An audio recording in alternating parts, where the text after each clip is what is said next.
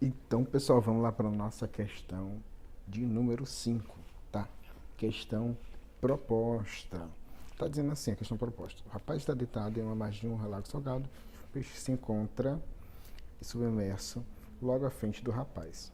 Este então consegue vê-lo, não consegue vê-lo devido ao fenômeno da reflexão total.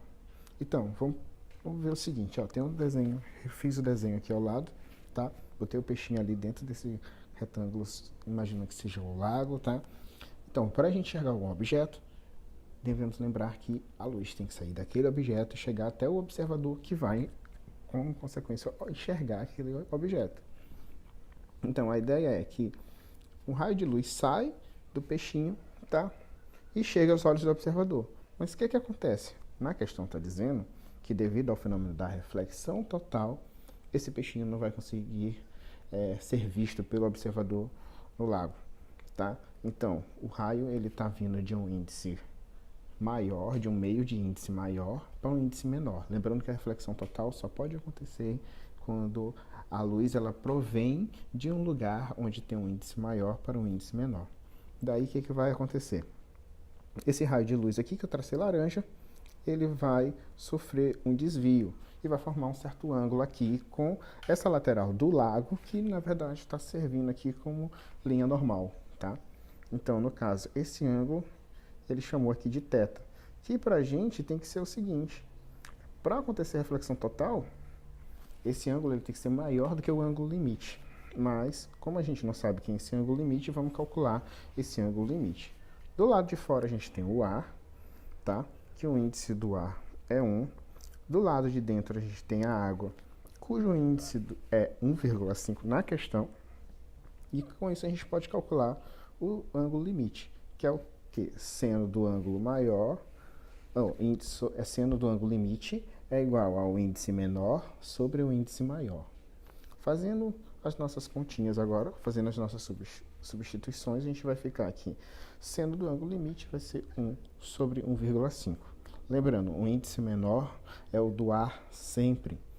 Então, vamos ficar com 1 dividido sobre o índice da água, que é 1,5. Essa divisão a gente pode fazer o seguinte. Vamos completar aqui as casas decimais, sumir com as vírgulas. Vamos ficar com 10 sobre 15, simplificando por 5. Vamos ficar com o resultado de 2 sobre 3.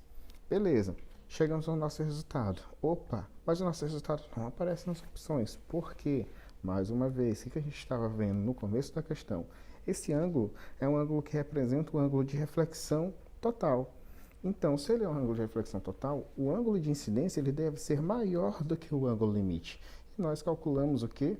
O ângulo limite. Então, vamos ter que fazer uma análise sobre a função seno. Vamos entender como é que ocorre o seno e o seu ângulo. Então, fazendo essa observação aqui, a gente vai fazer o seguinte. O seno do ângulo e o ângulo.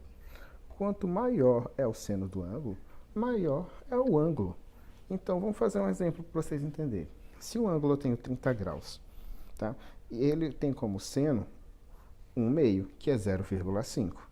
Mas só que se a gente aumentar esse ângulo, vamos deixar de ser um ângulo de 30, vamos mudar agora para um ângulo de 90 graus. O que vai acontecer? Se eu aumentar esse ângulo para um ângulo de 90, nós vamos ter que o seno de 90 é 1. Então, se eu aumentei o ângulo, o valor do seno também aumentou. Dentre essas opções, o que a gente vai ver? Qual dessas opções, letra A, B, C, D ou E, representa um ângulo cujo seno seja maior do que o ângulo limite? Fazendo essas análises, a gente vai chegar ao resultado que o único valor que é maior que 2/3 nas opções é 4/5, ou seja, a resposta é letra B. Valeu, galera. Até outra questão.